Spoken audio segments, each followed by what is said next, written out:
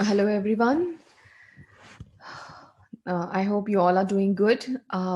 This is Sheetal, and we are going to talk about love jihad. This is currently news.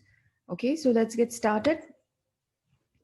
We'll just have a brief look on the history of love jihad. Love jihad, according to Wikipedia, is an Islamophobic conspiracy theory which says Muslim men target belonging to non Muslim communities for conversion into Islam, feigning love.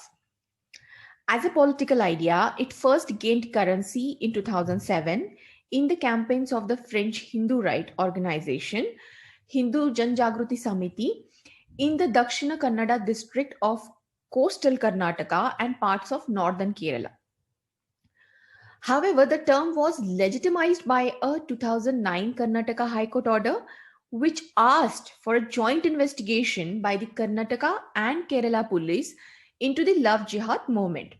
The order was in response to a habeas corpus petition filed by parents of an adult woman who, by her own admission in court, had married a Muslim man and willingly converted to Islam.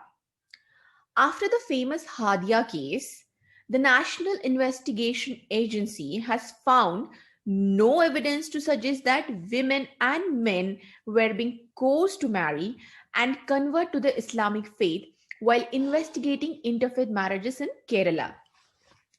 That's the end of love jihad as a fact, but it has remained in the psyche of public as a political strategy.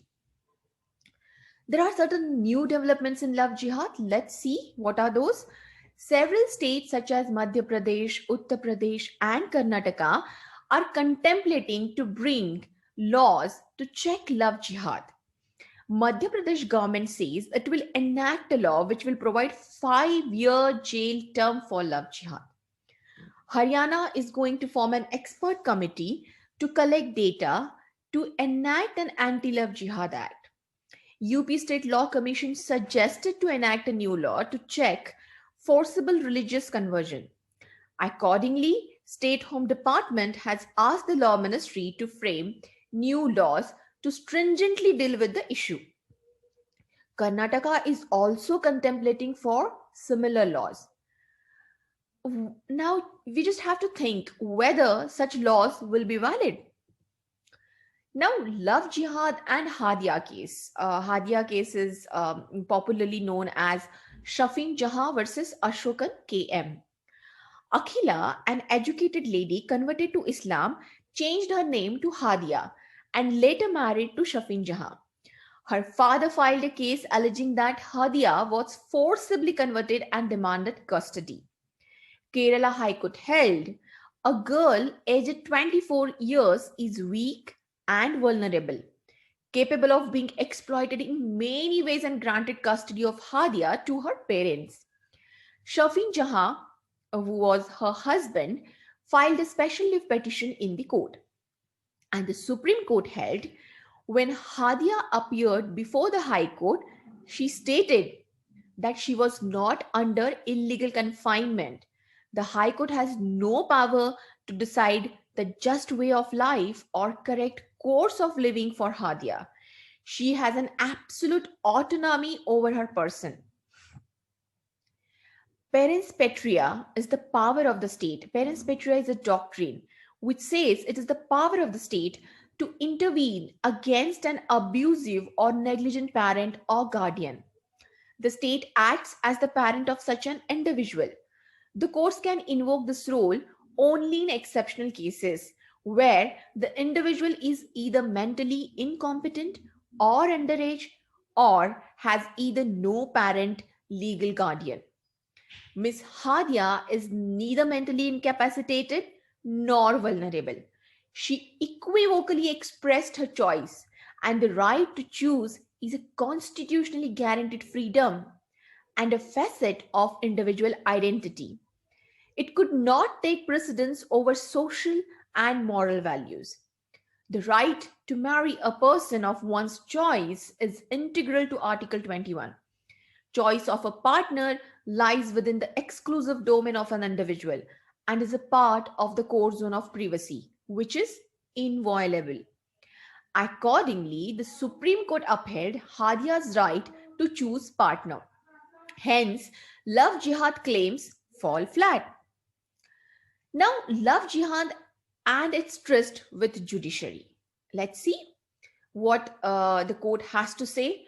In Priyanshi Shamreen versus State of UP, the Allahabad High Court held that conversion for the purpose of marriage is illegal. In the above case, Lily Thomas versus Union of India, which is a Supreme Court judgment, and Srimati Noor Jahan Begum at Anjali Mishra versus State of UP, which is the Allahabad High Court judgment, was also followed. The precedents were applied in a strange manner. In Lily Thomas, the issue before the Supreme Court was related specifically to conversion to Islam for the purpose of a second marriage. The court clearly framed the issue as where a non-Muslim male gets converted to Islam without any real change of belief and merely with a view to avoid an earlier marriage and enter into a second marriage. Remember, emphasis is added here. This is very important. And merely with a view to avoid an earlier marriage and enter into a second marriage. According to the court, in such a situations, the second marriage would then be void under the rules of Hindu and Islamic personal law. In Noor Jahan conversion of religion to Islam by girls without their faith and belief in the tenets of Islam cannot be said to be a valid conversion. The court further explained that only those conversions of religion to Islam will be considered bona fide, which will be done by a major person of sound mind who embraces Islam with his or her free will. So, the courts are not very clear on the love jihad concept, right? Now, love jihad bill is violating of fundamental rights. Let's see. The right to marry a person of one's choice is a guarantee under Article 21. The right to marry a person of one's choice flows from the freedom of individuality and which is naturally available to any individual.